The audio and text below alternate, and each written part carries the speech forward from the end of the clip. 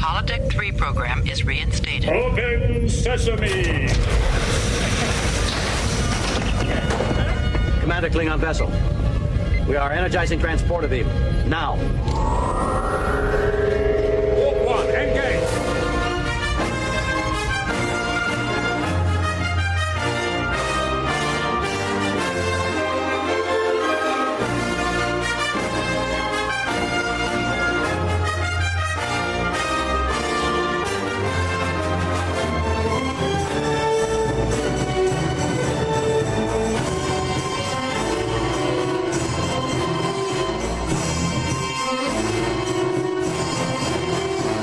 Everybody, welcome to Star Trek from the Holodeck, the Discovery Edition. Today, we're going to be discussing, breaking down Season 1 of Star Trek Discovery, Episode 12, titled Vaulting Ambition. I am Michael Flores, your host, and in the studio, chewing and chowing down on some gangliae. Getting those secret recipes of Kelpian delicacy dishes. We're eating the limbs of Saru. We're enjoying them. Quite tasty. The gangliae, quite tasty. Would you not agree, Dave? It's a little rubbery. I think it's nice and slippery when it goes down the throat. You know what? It's almost like calamari. Let's not be closed-minded. Let's be more open-minded to other cultures and what they eat and what they might taste like. Yeah, we eat calamari. The Terran Empire eats Kelpians. Why not? Hey, Klingons eat everybody. That's a valid point. They don't care. They do not care. All right, so this week's episode is directed by Hanel M. Culpepper and written by Jordan Nordino. This was an episode that had lots of reveals as the writers got to work on the final quarter arc of the season. With just a few episodes left in Discovery's inaugural season, the writers are turning some heads, David, with this week's plot twist. Oh, yeah. Were you, and be honest, David, were you taken by surprise? Did you suspect the Lorca reveal at all? No, because I didn't think that they would go that route with Lorca. I thought Lorca was going to be tied to, the Prime Universe's Secret Service or something. Not this. This was actually out of the blue. But then afterwards when I wrote it, I smacked myself in the head because I'm going, wait, you wrote it? You wrote this episode? I wrote this episode? No, when I watched this episode, I rewatched past Discovery, and I was going, there were so many hints. There really was. And no one ever thought about it. Yeah, and if you attempt to do a reveal like that, you better have been dropping breadcrumbs, because you don't want one of those things that a lot of old school TV shows have been accused of doing, where you just pull shit out of your ass at the last minute because you're desperate for those ratings. This was planned from the very beginning, and honestly, we're going to get into all that because there's a lot of Lorcas. This is going to be a Lorca-eccentric show today. Yes. A lot of stuff. But now when you look at this story and what Brian Fuller originally had planned, it kind of makes sense for his original, when you look at what his original pitch was, which was for this to be an anthology series. You can see now, okay, this is supposed to be a one and done story and you move on. And you can kind of see that how all the characters are either being killed off, they're having a resolve. You could almost see an ending to their storylines. Not to say they can't extend them. Yeah. Not saying that, but everything's very tidy and neat to where it feels like it's a standalone story. We're not relying on season 2, season 3, season 4 for these reveals, which is what a lot of TV does with their shows. They don't do these reveals. They don't do these plot twists a lot of the times because they wait several seasons because they know they have the time to do it. Yeah, honestly, this whole series, I'm really impressed with how cohesive and tight knit they've made the story really good. Absolutely. And you don't see that very nowadays because people always want to have that shocking mid-season reveal or the twist ending in the very season finale. This is something that they're honestly, this reminds me of like really good classic storytelling. Yeah, it's something that, and this is something we keep saying, because Discovery is very different from anything that we've seen in terms of Star Trek. Not necessarily the vibe. And there might be people out there that point and say, well, yes, it is very different. That's why it's not Star Trek. But I disagree with that line of thinking. I feel like this feels like Star Trek, but they're also attempting to do something very different, which needed to be done because the last couple shows that they tried to do didn't work out well. It didn't connect with the audience. This, I feel a lot of people are shunning it because it was on CBS All Access. It cost money. Like, oh, what do you mean? I gotta spend the money on this. Why? Please make it be free. Like a bunch of Who Framed Roger Rabbits running around, apparently. But I feel like from the very get-go, the story wasn't given a chance because of the negativity that was connected to the pay structure and the release distribution strategy and all those things. And I feel like people aren't paying attention. But honestly, Dave, time will tell. And I think time is on the side of Discovery. In 4 or 5 years, in 6 years, in 7 years, Star Trek fans are going to come back and say, you know what? This is really solid. This is a solid show. Now, let's get back to Lorca, Dave. All right? Suddenly, Lorca's behavior that has been disguised as PTSD has revealed itself. And again, I, for one, did not expect this. I did not expect it at all. I know that when the episode came out, there were a lot of folks complaining, they are claiming that they saw this coming from a mile away. But I think most of us mere mortals, you and I, David, were just as surprised as the writers wanted us to be. Yes. And just, wow, well done.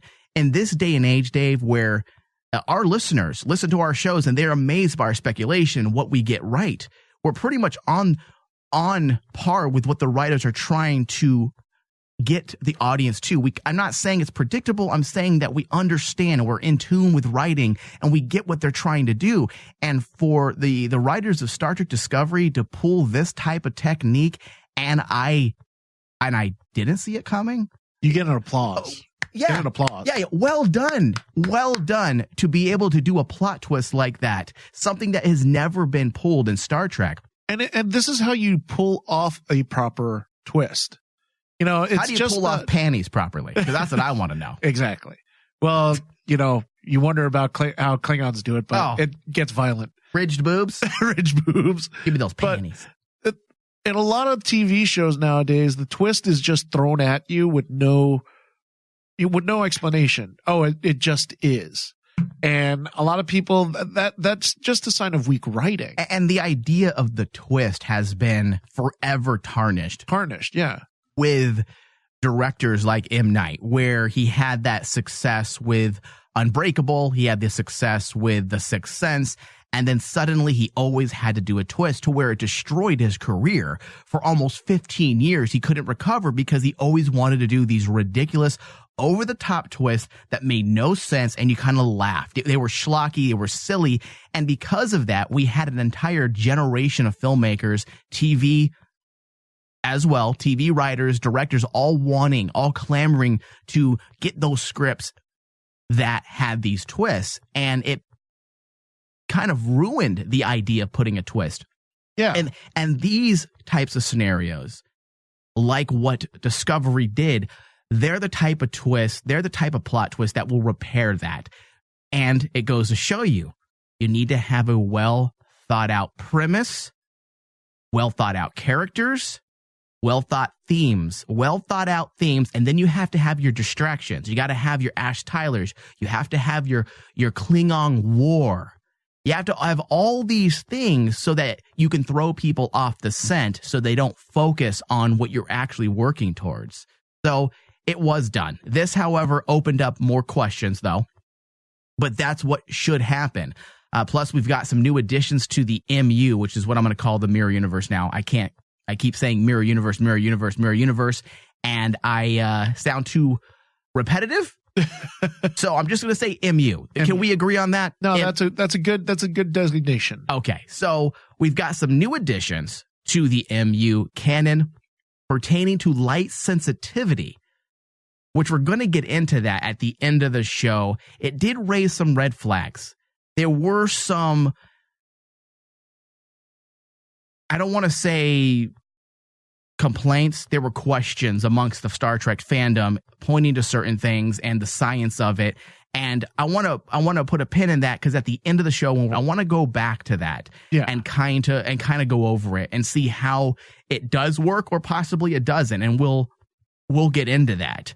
Did that rub you the wrong way at all, the light sensitivity? No, because it made sense, because in past iterations of the MU, there has been... Oh, look at you using it already. There's already been moments where we see that the characters are sensitive to light. In the original Star Trek, how did they figure out about Kirk? Something was wrong with the mirror Kirk.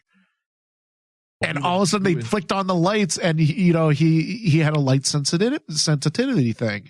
So it'll be cool. We'll get into that. It was really cool. Yeah. All right. Plus, we got some answers on Ash Tyler and more, and we're going to get into all of this. But first, let's talk about the ongoing thematic element that we've questioned and or championed for a very long time, and that is the alleged shared parallel fates between the MU and the Prime universe. Did they just blow up that idea by showing the MU, Lorca, and Stamets manipulating things from their end? Is this perceived shared destiny of sorts nothing more than engineered manipulation? Now, David, I ask this because we have continually discussed the intertwined fates of the Prime universe and the MU, but are they potentially tossing those ideas out the window now?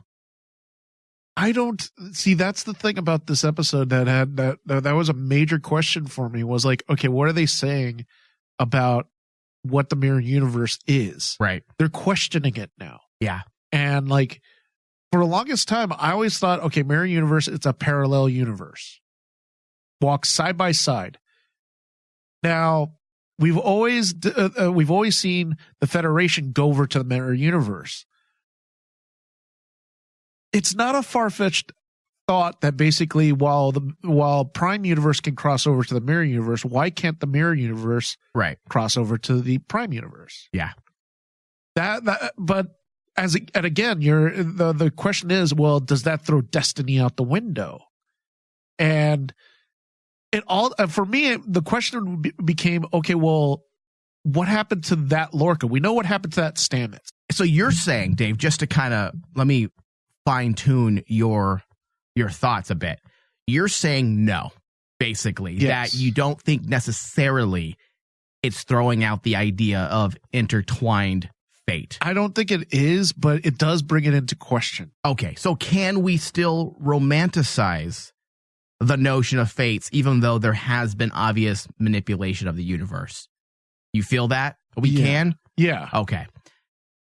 Because I'm kind of leaning, and I put that in a question. I put that as a question in our show notes, not just for the audience or for you, but for me as well, because the idea of fates and destiny playing a part in the MU and the Prime universe has been something that we have discussed even on our Patreon shows. We had an entire discussion on 3 or 4 episode arc discussion where we delved into that, and we talked about that last week as well, and the week before that on the Discovery Edition. And I feel like we could still think those things, and we're going to break it down a little bit more as well to truly flesh it out, whether it's simply the actions of MU Stamets and MU Lorca manipulating things, or can we still look at this in a romanticized way, that the fates are still in fact intertwined despite outside interference or outside manipulation? This is a moment, right? There is still countless of thousands of years, and that's what we need to realize. This is just a single moment, right? Yes. This is a single moment. Lorca, Stamets, Georgiou as the Emperor is just a moment in time. There are still countless thousands of years of opposites that could still be perceived as parallel fates. How did Georgiou get to here? How did Georgiou get to the same place where she was connected to Burnham in the Prime universe. Obviously, Lorca has not been manipulating things since the beginning no way of time. He could actually have been manipulating that. Right. So I like that idea because it does aid with the science of it all, as we have also said. And honestly, I feel like I still feel that's what they are, in fact, trying to convey. But you have rogues like Lorca who's relying on those parallels to get what he wants. Yes. And I still say, and I know I said this last week, I still don't think we fully understand Lorca yet. And if you remember, I said, is he simply just trying to help everybody out, get back to the other universe? And sure enough, he wasn't.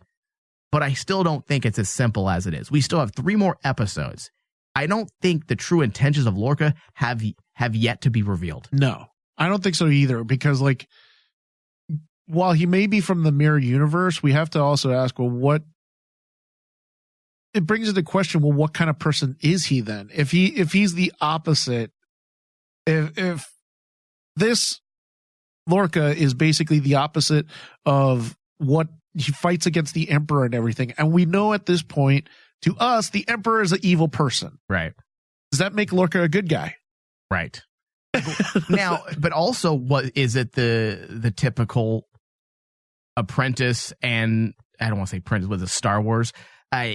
We already know that in order to climb that corporate ladder, you have to kill your captain. You have to kill the captain. You have to kill the leader. That's been set in Star Trek canon since the very first time the MU was introduced to us Star Trek fans way back in the original series in the 60s. So that idea has always been there. But is Lorca's goal simply that, a grab for power? I think that in this day and age, Dave, I feel like that would be very poor writing. That you have this complex individual Lorca that we've been introduced to, and you whittle him down to one, what's the word I'm looking for? Stereotype? One visceral agenda. It destroys the complexity. It's too simple. Yes. It is way too simple, especially for the type of storytelling that they've been giving us for the past couple episodes. To just simply say, oh, Lorca's a character that's going to be a character that's driven by a grab for power. It makes sense in the MU, but it's very simple storytelling. I don't think we're done with that. Yeah. There's still a lot of questions. And I think I know that's one of the coolest things about this show. It's not about trying to pull the rug out from the audience every episode. Plus, the question that I have too is kind of like, well, if that was the point, why is Burnham important to Lorca? Right. Especially since, okay, if he's from this universe, right? If he really wanted Burnham, he would have wanted the Burnham that basically was from his universe. Why does he want the Burnham from I'm Prime assuming universe? The other one had died. I'm assuming. But why did he groom her? Yeah. To simply get at the Emperor? See, there's a lot of questions. There's still. a lot of questions. It's not as simple. They gave us an awesome reveal and it was cool and it's going to tide us all over. But there's still a lot of questions. This also brings about another question when it comes to Stamets of the MU. Who's responsible, in fact, for the corruption of the mycelium network? It has to be they did say correction. The being that basically talked to Stamets said that the mirror universe Stamets corrupted the mycelium network. Right. Well, and that leads me to believe that he has to be part of Lorca's plan, because at first I thought he was part of Georgiou's group and she was already aware. Obviously, we do know she's aware of the alternate universe, but it doesn't, based on her reaction to Burnham's story, it doesn't seem like she was privy to what Stamets was doing. Yeah. And on top of that, what was the being that was talking to Stamets? Because remember... What being? What are you talking about? Remember when he was having the talk with his former lover who died? So you don't think it's the lover? I don't think it's the lover. I think that lover is basically another thing that basically is working in the background. Yeah. We'll see, man. Like I said, there's a lot of questions. So either way, We know Stamets is also doing, again, if we want to take what the mycelium network is communicating to Prime Stamets, then yes, Stamets would appear to be working with Lorca, but it would also make sense because Lorca is not a scientist. Even in the other universe, he would need someone to assist him in his travel to find Burnham in the Prime universe. This is true. So there's a lot to get into with Stamets this week. He's been placed on simmer for a couple weeks now. I'm glad that they actually just in this episode threw Stamets right at us right away. Yeah, they needed to. But he has come to the forefront in a big way this episode. But first, before we get into him a bit more, we need to go to a very quick break. And then when we get back, we're going to break it all down and get into some science as well. That's right, David, science. We don't shy away from anything on Star Trek from the Holodeck. Science, we got it covered. We're not scientists by any means, but not by any means. We'll fumble our way stupidly through science that I pulled from Popular Science magazine. We'll be right back.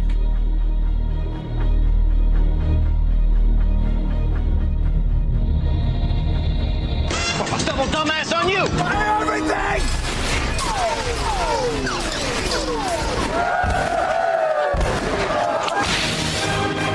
It's Weird West Sunday.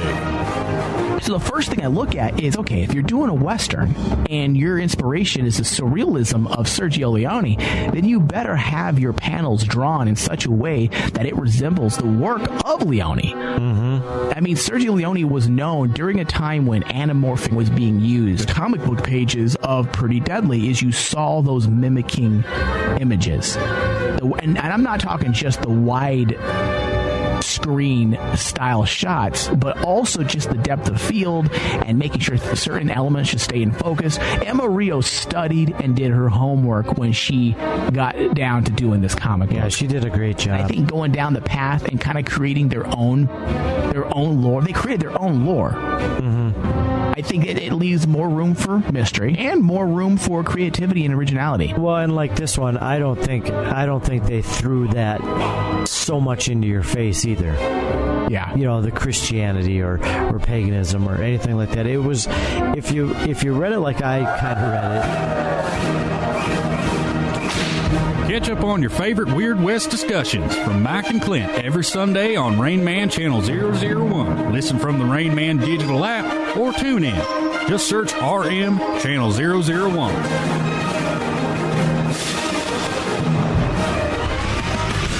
The Rain Man Show. The Rain Man Show. I can't believe he did this. I can't believe he's so smart. He's always been the brightest. I mean, growing up, little Tommy, he was the one we thought was going to make the family proud. We thought he was going to be a chemist. We thought he was always mixing stuff. But the police told us after death that was just a meth lab. We thought he was doing his homework. Little we know he was running shine. Oh, Tommy, why would you put your family through this mess, you son of a bitch? I wonder how that conversation went down. Like, how did he decide to drink gasoline with his buddy? Well, Bill, I heard. You ever seen a movie with Vin Diesel called Too Fast, Too Furious, number 8? Wait, no, number 7. Number 7. Well, you can get real fast if you drink goddamn Mountain Dew with gasoline. Yeah, let's drink this shit. We get really fast. Like lightning. Grease lightning. John Travolta. What's that bitch's name? Sandy D. Wait, what's that bitch's name with the blonde hair? John Travolta's girlfriend. Sandy D. I heard you could be grease lightning fast and you can bone Sandy D. Give me that Mountain Dew and gasoline, Tommy. For Rain Man, visit RainManShow.com. Have you ever wanted something so bad that you do just about anything for it? Well, that's exactly how we feel about you. That's right. AdamandEve.com wants you so bad. We're giving you 10 free gifts with your first order. You heard me right. That's 10 free gifts to spice up your love life. First, you'll get a sexy surprise for her. Second, an adventurous toy for him. And third, a little something we know you'll both enjoy.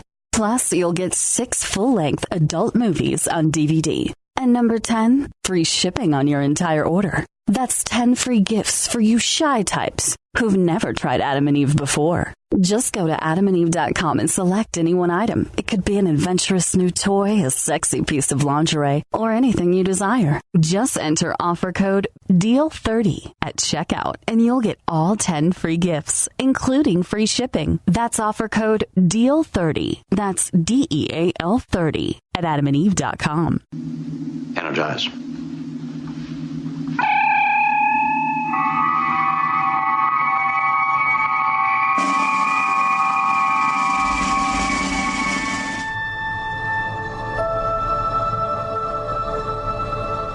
All right, welcome back.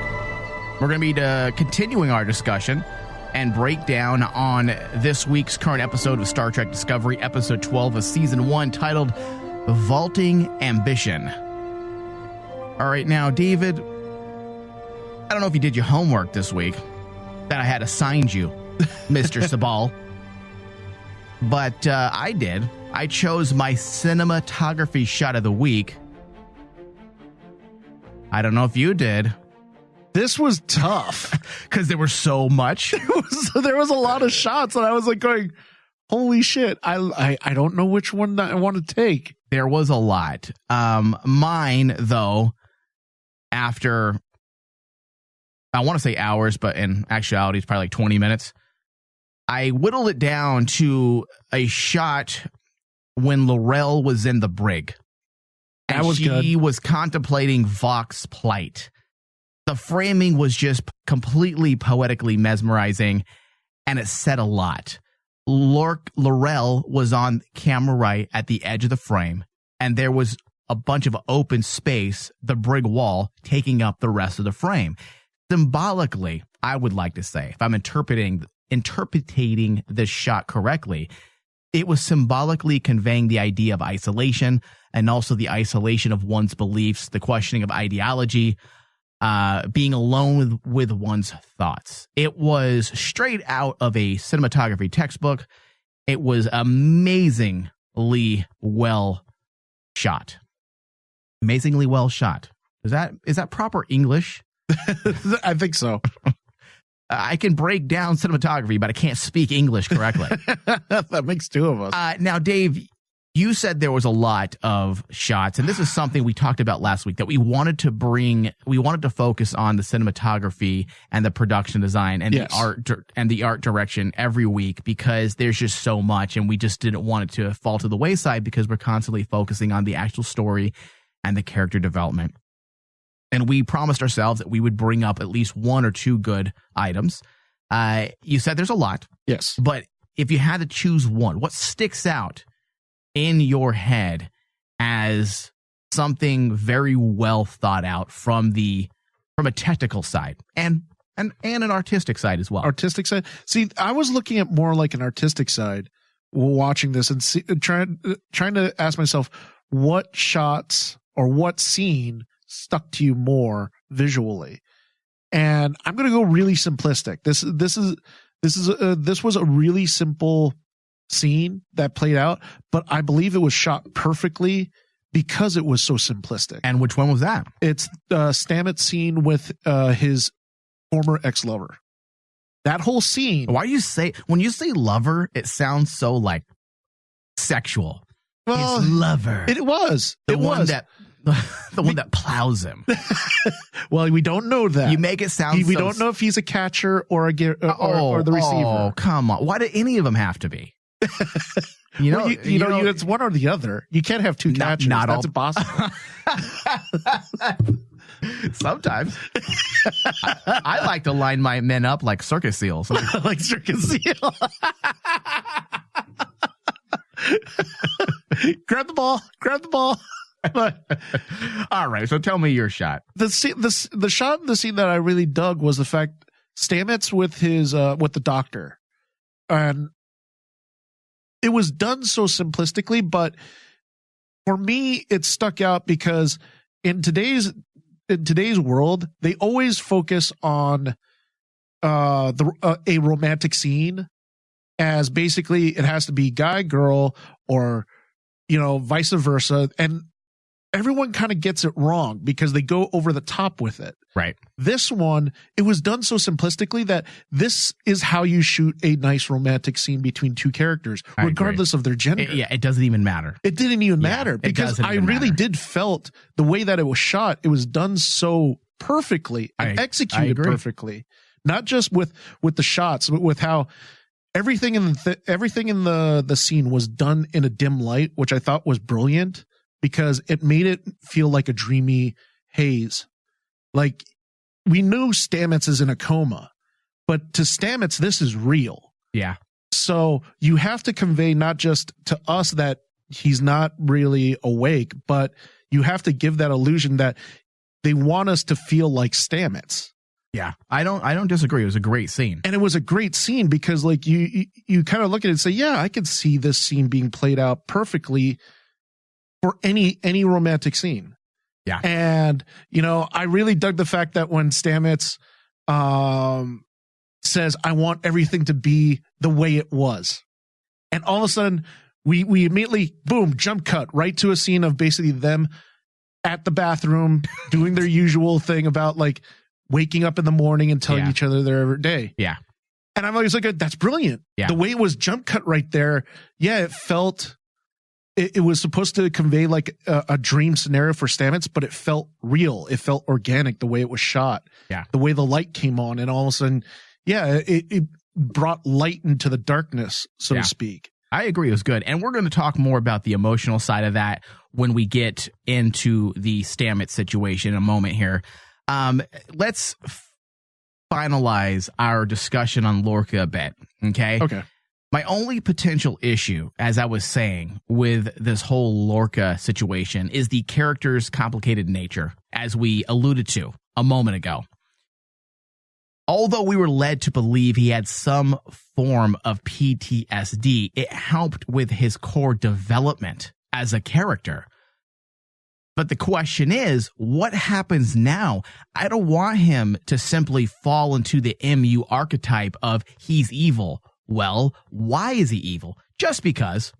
That's been one of my biggest issues with the MU. Yes. They take away all the complicated nuances of what creates a morally and ethically bankrupt individual, and they dumb it down to a simple, that's just how they are here.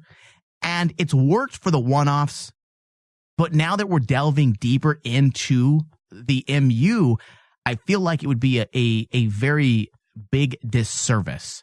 We have to understand the reasons why they act that way. And let's say Lorca is he ends up being the bad guy, no matter what. It is what it is. It needs to be something much more deeper than simply a grab for power. Yes. What got them here? When it comes to the individuals of the MU, why is it not questioned more often? Yeah. Is his drive simply to conquer the Emperor?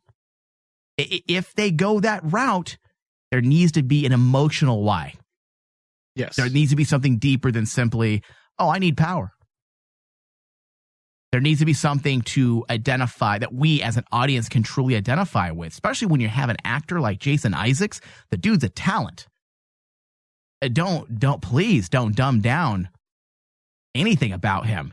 He's a very complicated character, and some blogs were blasting the PTSD aspect, saying that was stupid and very easy. But PTSD isn't a stupid, easy affliction. It's a very complicated psychological affliction. And to give your character something like that to wrestle with is a great way to help flesh out this person. So I'm hoping that whatever his real problem ends up being, it's just as complicated as PTSD. Yeah, I do too. I mean, I agree with you. That is by far the number one concern that everybody who's been watching Discovery hopes and thinks about while they watch next episode, is that Lorca has been such a great character to this point that you just hate to see him just be whittled down into the stereotypical parallel universe archetype. Yeah. The thing I do like that gives me some hope is the fact that they are really showing more depth into the mirror universe than we've ever seen before. Yeah. You know, they delved into the differences in culture. Like in this past episode, the scene between Georgiou and Burnham, Georgiou talks about how, you know, compassion, selflessness, and peace, negotiation. Those are all foreign things to the Terran Empire. Things they got rid of what? They got rid millions of years ago. Yeah. And I like the fact that they give those little tidbits to try to show that the Terran Empire is more than just evil versions of us. Well, let's hope. It's basically the difference in the Terran, in the mirror universe, and us is it's a different of ideology. Right. And I think that basically after I watched that episode, the one question that I have that I was so giddy about is, okay, if they go with the route that they're going to try to say that Lorca's evil, but is he evil? Because guess what? If you're evil in the mirror universe, for us in the parallel universe, you're actually a good guy. Right. Because not everybody, and this is something Thomas and I always discuss on our Supernatural show, you're never the bad guy in your own story. Exactly. So what is Lorca's ideology? You're exactly right. Where is he coming from? And I'm hoping, again, that they do delve into that just a bit. I know the story's about Burnham, but in order to give Burnham her due, you have to support her with realistic, complicated characters like Lorca. So, you know, I'm not saying they've done anything bad yet. I'm saying I'm hoping moving forward that is a little more complicated. And the question that I have right now, because I just thought about it. Okay, we know everyone has their own parallel universe personality. Now, if Lorca is from this MU, what happened to the Lorca that was in Prime? Yes, that's a big question I have on the show notes in capital letters. What happened to Lorca Prime? Yeah. What happened to him? Did he actually die on his ship?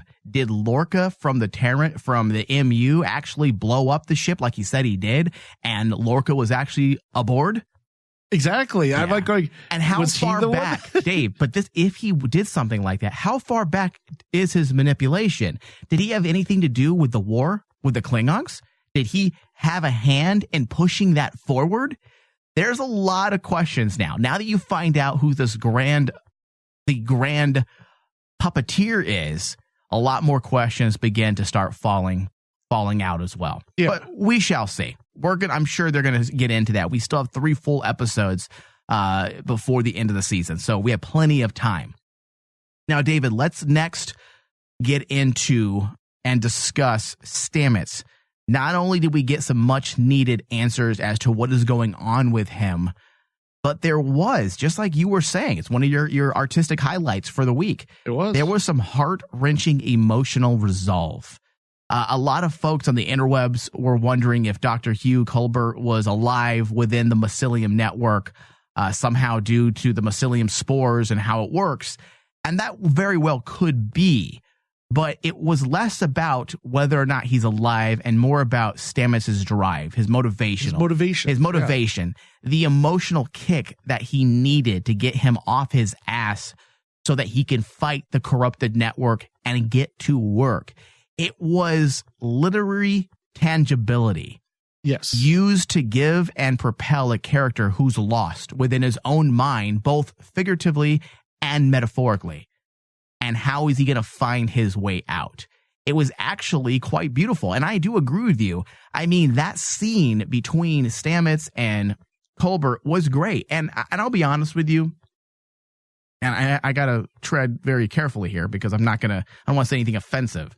But just like with anything on TV, you have to relate to it.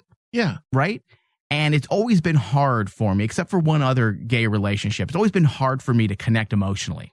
Yes. And it's because I'm not gay. I don't know what it is, but it's very hard for I don't dislike it. I'm fine with it. In fact, the only other gay relationship I actually ever really truly connected to and I felt the emotions and I even got some tears was the one in, you don't watch Shameless, but there's a show on Showtime called Shameless, and they delve into a gay relationship between the two. And it's not a good relationship. It's a passionate relationship. It's almost abusive. Yes. Okay. So you know what I'm talking about. And I've said to my wife, I'm like, this is how you do a relationship, because anybody can relate to this. Anyone can relate to it. It's so good. And that's how I felt about the Stamets and Hugh moment in this episode. I related. I found myself getting emotional. I was invested, and I felt for the characters. It was just so well executed. And that's what all shows should strive to do. And it shouldn't matter what the gender is, what the sexuality preference is.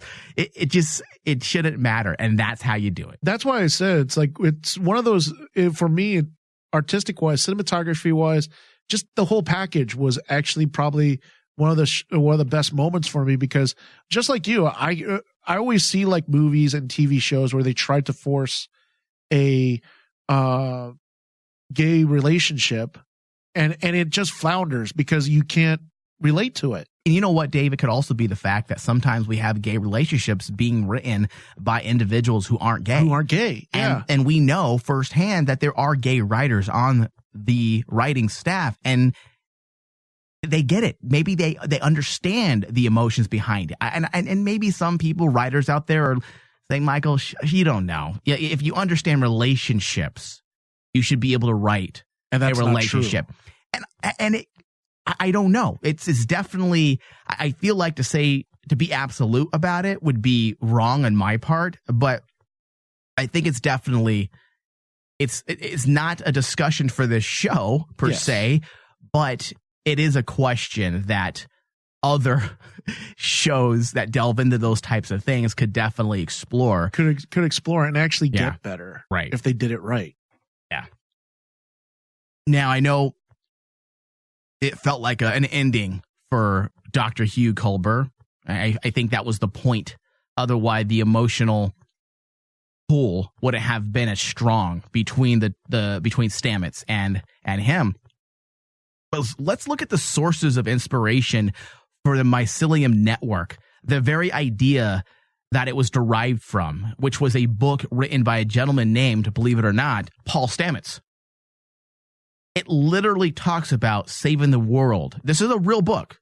Yes. Okay? It literally talks about saving the world by way of fungus. And I'm dumbing this down, okay? This is all layman's terms here. I'm not going to get into the science of it because it's rather boring.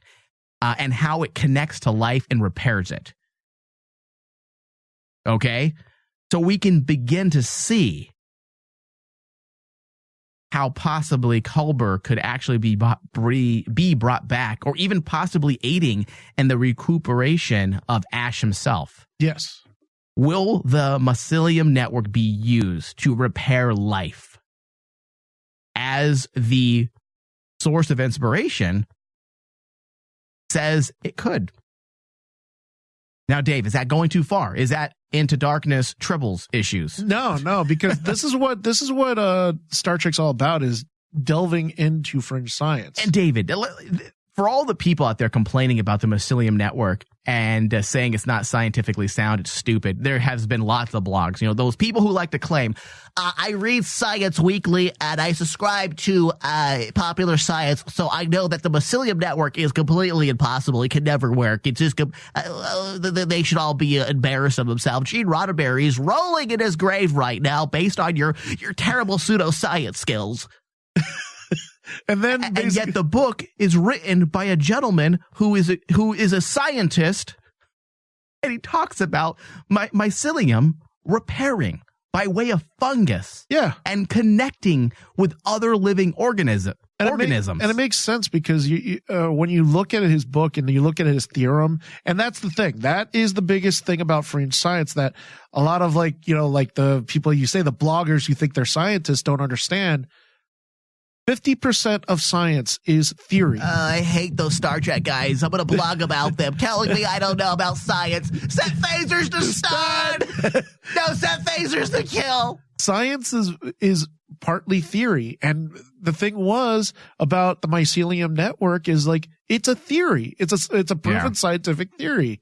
And like, all the basis, like you said, not to sound bad and dumb it down, but it's about fungus healing life. It's basically taking the simple blocks of life. I have fungus between my toes. Do you think I can repair Colbert, bring him back to life? You make your own Colbert? Yeah. Here, take the fungus between my toes. I got athlete's foot. I'll bring him back to life for you.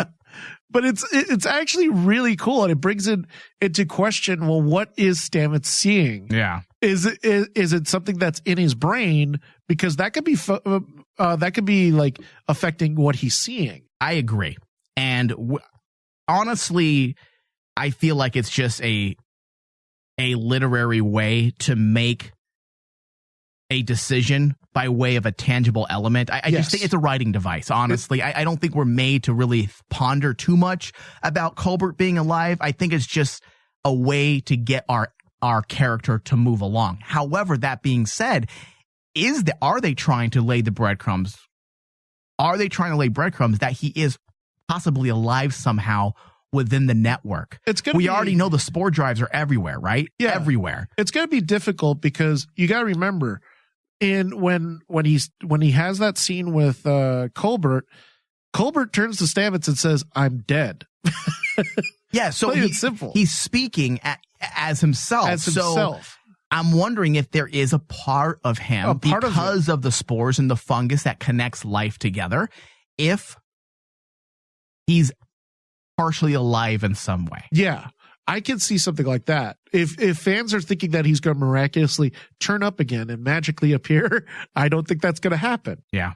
But something like this, where it's like pieces of him, a fragment of him. Right. Yeah, it's very possible that it could. Now, Dave, bringing this all back, okay, and what we've been discussing about the mycelium network and what it could mean for Colbert, but let's talk about what it could mean for Ash as well. Ash Tyler did in fact exist. Now we're gonna go back around. We're gonna circle back to the mycelium network in a moment. Okay. We find out that Ash Tyler did in fact exist. Yes. For me, this was one of the most disturbing moments, I think, in Star Trek history. I think it's the most disturbing scene, the most disturbing idea they've ever executed on a Star Trek show. I'm absolutely terrified of body horror. And that particular genre of horror always works for me. It always works on me, I should say. It does poke me in the aspect of fear. It gets the reaction that body horror enthusiasts, directors, writers want to get from their audience. No, I get you, definitely. I mean, when you find out that Ash is a full-on abomination, and let's just call him Ash Vok, because that's pretty much what he is at this point. We find out that, for the most part, they are both alive. Yes. He's a full-on abomination. They have harvested DNA and grafted it together and reconstructed his consciousness. So it's him. It's not his body, as we learned from Colbert's medical report before he got his neck snapped. Yes. But, I mean, I don't think there's any room left for questions. It's both of them. It's both of them. And the thing that I found really cool about this was another one of those scenes that I thought was really awesome, was the scene with Laurel and her working on Ash. When you say working on him, you mean when she was like riding him? Not that one. That was because she was not working during the dream. She was working it on him as well. During the medical scene and everything else, it was very reminiscent of, as funny as it sounds to me, when I first saw this, I'm like going, this is Frankenstein's monster. Yeah, it's disturbing, man. Laurel is Frankenstein, and Ash Vok is basically the Frankenstein's monster. He's the abomination. Laurel's Frankenfine, if you know what I mean. But that's why I thought was interesting was the fact that Laurel actually takes responsibility for what she did. Ash is her responsibility. It really brings it forward, kind of like, I thought looking at it, I'm like going, oh, it's a romantic thing. Yeah. You know, she's in love with Vok. It is a bit. It is a bit, but then there's that little element, like what you said, all those stories of body horror, where the doctor created the abomination, but feels responsible for the abomination. Dude, I'm glad you're drawing those parallels, because that's exactly how I felt too. And it's like, oh my God, this is really scary stuff. Yeah. Because like it's gothic horror. It is Frankenstein's monster. Yeah. And it's going to be interesting to see how all of it, pans out. I'm waiting to see what comes of this, because this whole time we've been led to believe the Klingons would be the big bads, right? Yes. But we found out otherwise in this episode as well. So what does all of this mean ultimately?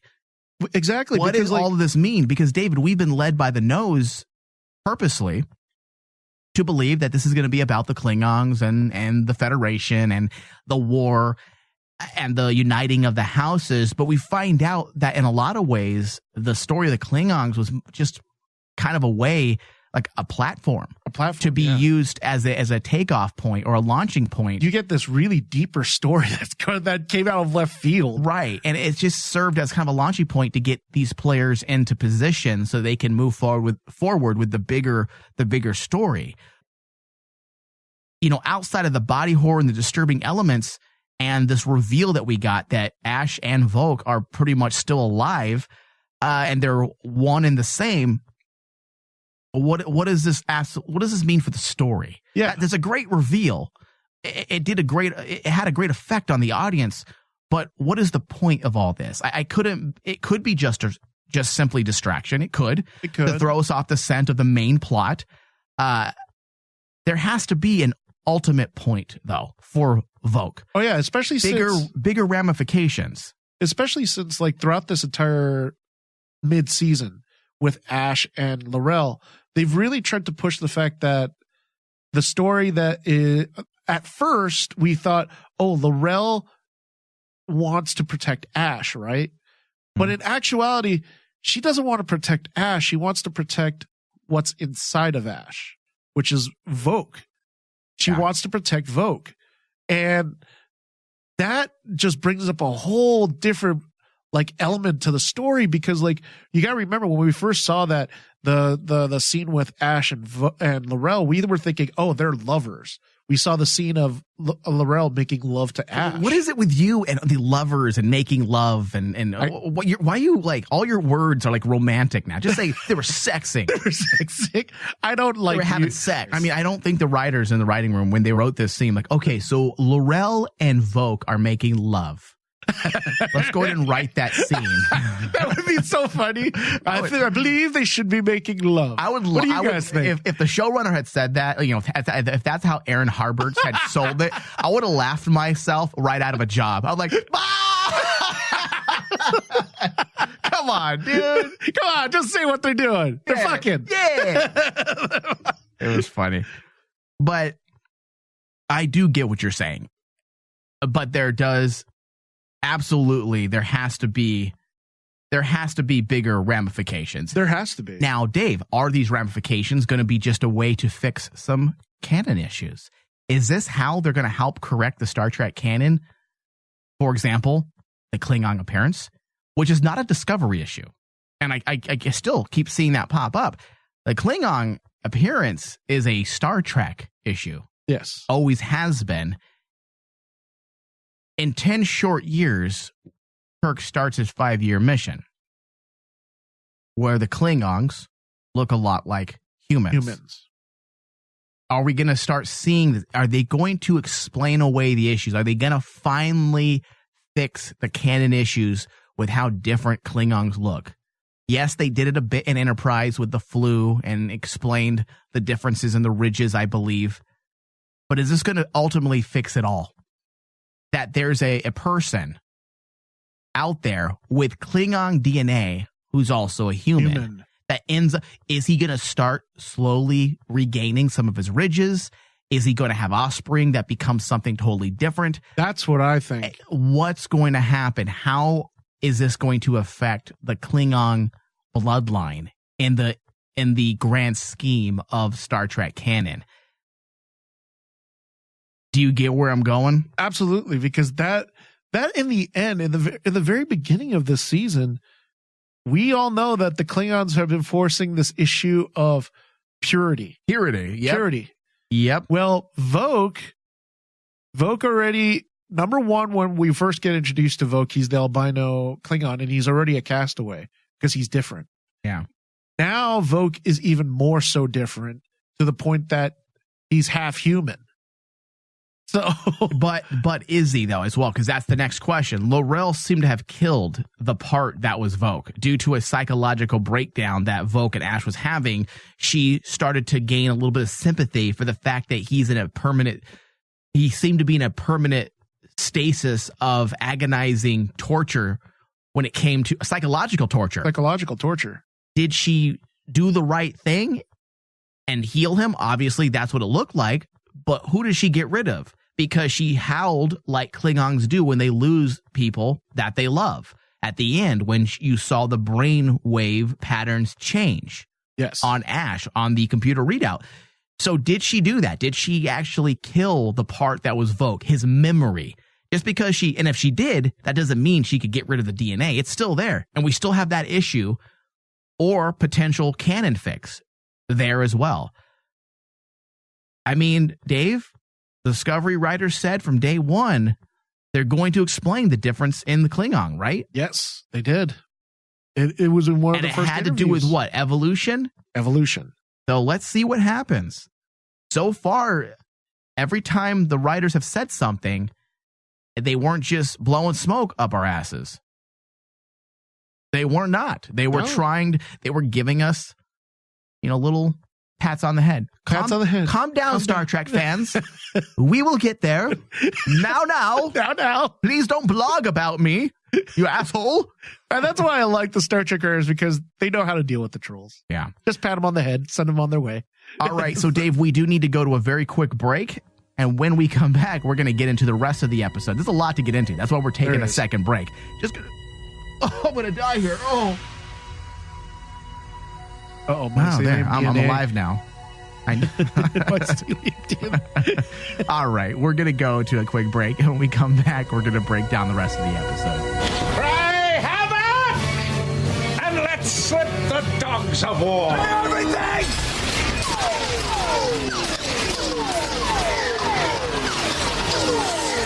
Ever wanted something so bad that you do just about anything for it? Well, that's exactly how we feel about you. That's right. AdamandEve.com wants you so bad. We're giving you 10 free gifts with your first order. You heard me right. That's 10 free gifts to spice up your love life. First, you'll get a sexy surprise for her. Second, an adventurous toy for him. And third, a little something we know you'll both enjoy. Plus, you'll get 6 full-length adult movies on DVD. And number 10, free shipping on your entire order. That's 10 free gifts for you shy types who've never tried Adam and Eve before. Just go to AdamandEve.com and select any one item. It could be an adventurous new toy, a sexy piece of lingerie, or anything you desire. Just enter offer code DEAL30 at checkout, and you'll get all 10 free gifts, including free shipping. That's offer code DEAL30. That's DEAL 30 at AdamandEve.com. Energize.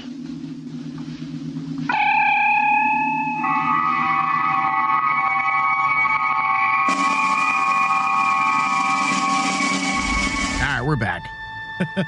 All right, David. So apparently Kelpians are a delicacy in the MU. And boy, was that sickening. Yeah, that caught me off guard. I was like, oh, that's why she made her pick one. I don't... The writer of this week's episode is a dark motherfucker. I'm just going to say it. I mean, the writer...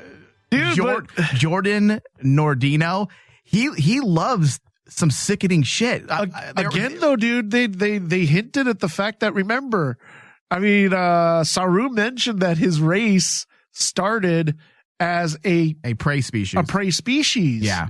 So, I mean, it makes sense, but I'm just saying, like, come on, Jordan. Simmer down there. Simmer down. No, I feel like it worked for this episode, but this episode did definitely have a horror vibe. Oh, yeah. It was really good. Yeah. So Burnham eating a Kelpian might be one of the most disgusting moments in Star Trek since McCoy making out with the salt monster in the original series. I mean, my God, I think I would rather make out with the salt monster than eat a kelpian. I don't know. I'd eat a kelpian. I mean, please throw me in the agony booth at least. An agony booth. Yeah, I'll take the agony booth. With the salt monster, if I must. But please do not feed me ganglii. I mean, even the very word ganglii just doesn't sound right to you, does it? No, it sounds like penis to me for some reason. Ganglii is synonymous with peen. I want to know if this is going to play a role for when Burnham gets back to the ship. Because you got to remember, Saru was asking, was really curious what the Kelpians were like in the MU. Yeah. And the first time Burnham lied to him. We eat you. I know. I mean, like, what do you, I want to know if they're going to play with that the next couple episodes. You want them to play with the ganglii, Dave, until it gets hard? Is that what you're trying to say? Yeah. You got to play with that ganglii. Yeah. I swear this doesn't happen to me all the time. I'll be laughing, though, if they go with something like Saru constantly gets like his ganglii, his fear ganglii keeps going up around Burnham. Oh, come on, David. She's going to eat me. They're going to make love next, right, Dave? All right. So let's talk about the Imperial Palace or the ISS Chiron. I absolutely loved the production design yet again. Ship was nice. It was cool. And it looks like they're deriving some of the inspirational cues from what would seem, correct me if I'm wrong, it would seem like it's from ancient Chinese culture. Yep. That's what it looks like, right? It looks like with the palace and the architecture. It was just absolutely gorgeous. You know what surprised me was the fact that when they do the pan shot of the ship, yeah, it reminded me of the ship from Enterprise because it looked very. The thing about the Enterprise in, of course, the show Enterprise, it didn't look sleek. It looked rough. I get what you're saying. See, I felt, and I got to look at some more. I'd like to see some more concepts as well as some stills. But I felt like it changed a lot, even though I liked the way it looked. And I think it works for the Terran Empire being in the MU. But I felt like it changed the architecture of Star Trek a bit. Am I wrong? No, because like when I first saw it, I'm like going, that looks nothing like any Federation ship ever. It looked a bit like a Battlestar Galactica ship. Am I totally off basis here? I wouldn't say Battlestar Galactica. It didn't have the same architecture, though, of a Star Trek show, did it? A little bit. Or maybe I just didn't see it correctly. I don't know. A little bit, because it looked like a ship we've never seen before. Like, I'm okay with it because they're in the MU. But I definitely don't want to start seeing the architecture of Star Trek changing too much. Because even from Enterprise down to the Next Generation, yes, there's been changes in designs due to the obvious shift in time periods. But when it comes down to the architecture that Gene Roddenberry had laid out back in the 60s, for the most part, it's always been the same. So I'm hoping they don't go down that. I mean, as a Star Trek fan, Dave, you got to be like against that as well, right? I am. Yeah. But here's the thing. But it does work for the. It works for the MU. Yes. It works for the MU because we have not seen, to my knowledge, any Terran ships fully yet. Yeah, we know that the Terran Empire is supposed to look similar to the Federation. Right. However, it would make sense to me if they have a different ideology that their ships, there might be a few different ships that are different. Possibly.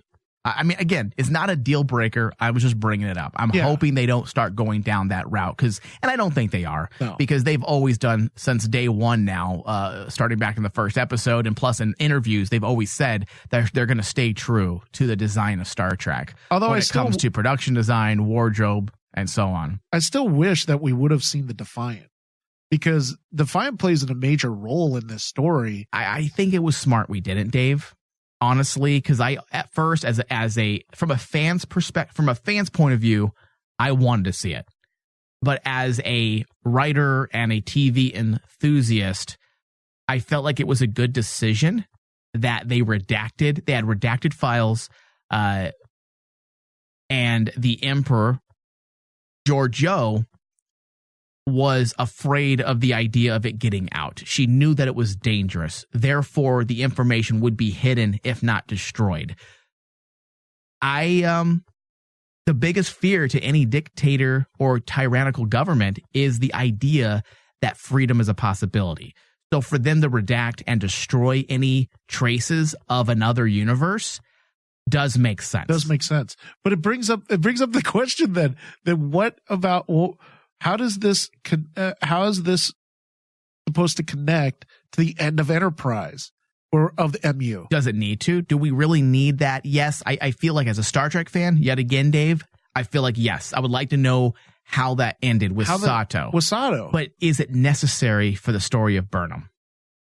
That is true. It doesn't do anything for the story of Burnham. And that's what this is about. This is about Burnham. And that's what we need to go back to. If it's not necessary for the current story, they've given us that little fan service by tying it in. I don't think we need a full-blown... Yeah. I'm not saying they shouldn't ever delve into it, and I'm not saying they shouldn't give us a little bit more. I'm just saying that if they didn't, I feel like it works just fine as well. Yeah. So this brings us to the reckoning, as Burnham called it in the episode. Her having to confront her demons, which I thought was just a great moment in Discovery. This scene was very important to Burnham's development moving forward. As I had said before, we will see her placed in a similar position. I've been saying this. I don't think it's going to end good for either Lorca or Emperor Giorgio. Also in these scenes, we begin to possibly see elements of the shared parallel fates, as we discussed, that it is much more than simply Lorca and Stamets manipulating things. The Burnham of the MU also betrayed Giorgio in a very personal way, thereby signaling yet again to the audience that there is in fact a shared parallel fate. Yes. Will Burnham's reckoning, though, because ultimately what does this mean? Will Burnham's reckoning be the comeuppance she deserves while also doing the right thing? These are all things they're setting in place. They're getting us ready for her to face her demons, and they are, by the end of this season, Dave, we will see Burnham in the exact same position that she was in the opening 2 episodes. We're going to see it.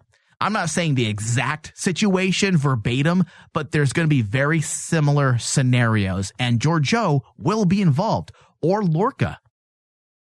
And she's going to be faced with that idea of, well, what do I do? Do I betray them because I feel like this is the better way? Is she going to see the pain of betrayal in Giorgio's face yet again? Yes. So you're on board that train. Yeah, I'm aboard that train because everything has to lead up to something.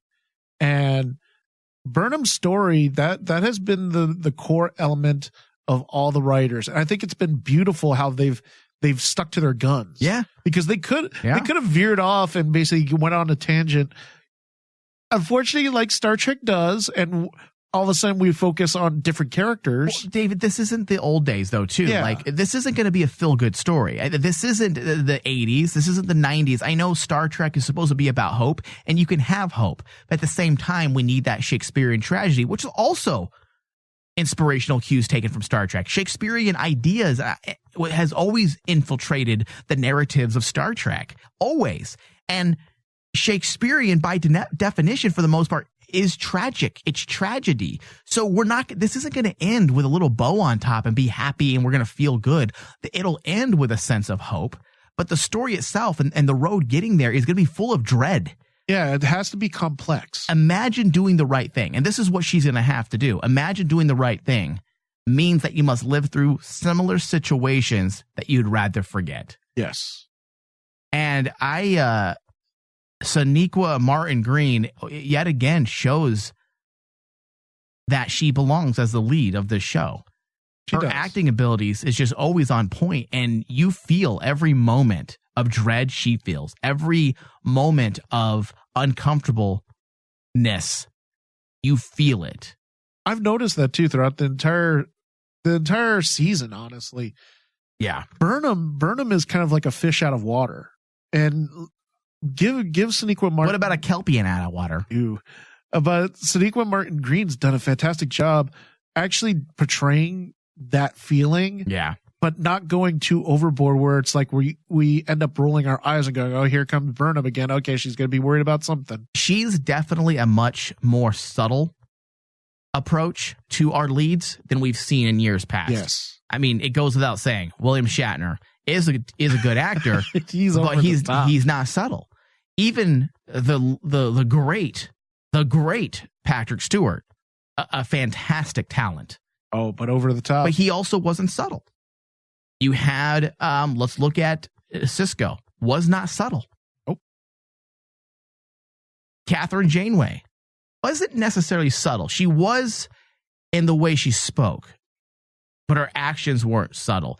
I feel like there's a subtlety to Sonequa's performances that makes her stand out. Yeah, for me, Burnham's a very relatable character. And Scott Bakula was podunk. He's definitely not subtle. Ooh, wee, doggy. Ooh, wee. I'm on a starship. Now every time I see Enterprise, it's so funny when he starts talking. I'm like going, why? Why does he? Ooh la lolly. Ooh la lolly. And then he closes his eyes. Goes, oh, look at the stars. I never get tired of making fun of him. All right, so let's see here. There's a lot to digest, I think, from this episode for sure. For sure, Dave. There was a lot. I found myself about 3.5 hours deep on these show notes. Oh, yeah. Because there's just so much to consume, take in, analyze, and break down. And I hopefully we did a great job today. There's some stuff that we haven't even covered. You know, like basically the implications of like, okay, what is the mycelium? We barely scratched the surface on the mycelium DNA thing. Yeah, and we're gonna wait and hold off on that because I want to wait till we have a little bit more right now, because all we can really do is speculate, which we did quite a bit with when it pertained to the mycelium network. All right, so there were some comments. So before we close out today's show, I want to get into this. Okay. There were some comments on the interwebs. Possibly more like complaints. Maybe that's a better way of explaining that. Complaints on us? No. Just about Discovery. And listen, if someone was complaining about me, you know what I would say? Fuck up. I don't give a shit. But there were complaints about whether or not the science made sense. The idea of humans being sensitive to light in the MU. And I actually want to say this. I feel, Dave, and again, I'm not a scientist. I don't claim to be a scientist. I don't watch Bill Nye on Netflix. But the physics of another universe have already been proven. It's canon in Star Trek that the physics are slightly different. Yes. Look at the idea of the quantum variance. Yep.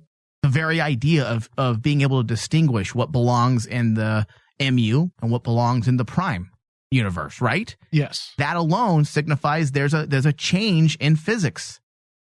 Physics isn't necessarily going to be the same in other universes. And if it's something very slight, like what we saw, I think that would actually make sense. I mean, Burnham, even though I think it was meant to be poetic, she did state that even the light is different here. Yes. And that's the thing, is kind of like the one thing I'd like to point out to anyone who is worried about the sensitivity to light. Genetics can always be altered in any way. There's so many possibility of genetics that basically, why can't this one point in evolution, or whatever you want to call it, humanity basically develop the genetics of light sensitivity? Yeah. It makes sense. Yeah. Because genetics have so many possibilities and variables, it's just as bad as physics. What if in the MU, everyone had the average penis length was only 4.5 opposed to 6.5? Or it could be reverse. Yeah. Ooh, 9.5 is the average. 9.5 is the average. Holler. Maybe it's the Kelpian delicacy. Maybe it helps. Oof, gives you more. Gives you more. Adds a couple inches. I don't know. All right, so on Reddit, JB Baldwin 10 says, so humans in this universe have always been more ruthless than the normal ones, right? Maybe they polluted the Earth. even more than we have, and not as much sunlight came through. That's a kind of a basic way to explain it. But yeah, I mean, why not, right? Yeah. You know what? I read more about this argument for Discovery, and someone made a good point. What if it's part of them being more aggressive, more predatory? Because predatory animals and predatory species have a sensitivity to light because they hunt in the dark. Yeah. So why can't if humans are more predatory in this universe, it would make sense that they would have like features that are more common with predatory animals than a prey animal. Yeah. BB Ment says, the writers are just poetic with us. The MU people have to avert their eyes from the light. The light is representing good, whereby dark represents evil. I like that. I like that one too. That one's a pretty good one. Yeah. So I feel like sometimes, because it's just the day and age that we're in, we all like to overanalyze certain things. You know, is there a reason? Possibly. But if not, I'm okay. Are you okay with the light sensitivity? I'm very okay with the light sensitivity, especially since it's been established since day one of the MU. Yeah. Has it? I don't remember. I remember the very first episodes that basically one of the things that they found interesting about the parallel universe Kirk was the fact that he had sensitivity to light. Like he was always in a dark room. Huh. I got to go back. I don't remember that. But hey, if you Star Trek fans out there are calling bullshit on David, please let us know, because we need to know. Definitely. After 40 some years of Star Trek, it's kind of hard. Everything blends together. Yeah. I've watched Star Trek since I think I was 2 or 3 years old. So everything starts to come together, and sometimes there's some confusion. I know we've recently rewatched the Mirror episodes. Yep. So possibly it should be more on my mind, but there's just so much. It's getting lost. So please correct us. Star Trek. You can find us on Twitter at From the Holodeck, as well as Facebook, facebook.com/From the Holodeck. Leave comments, post, tell us how you feel, if you like the show, if there's other things you want us to cover, and we'll get into it. I want to thank everybody for listening to our broadcast. I want to thank you, David, as well. Thank you. And everybody have a great night. Live long and prosper. I couldn't help but notice your pain. My pain? It runs deep. Share it with me. End simulation.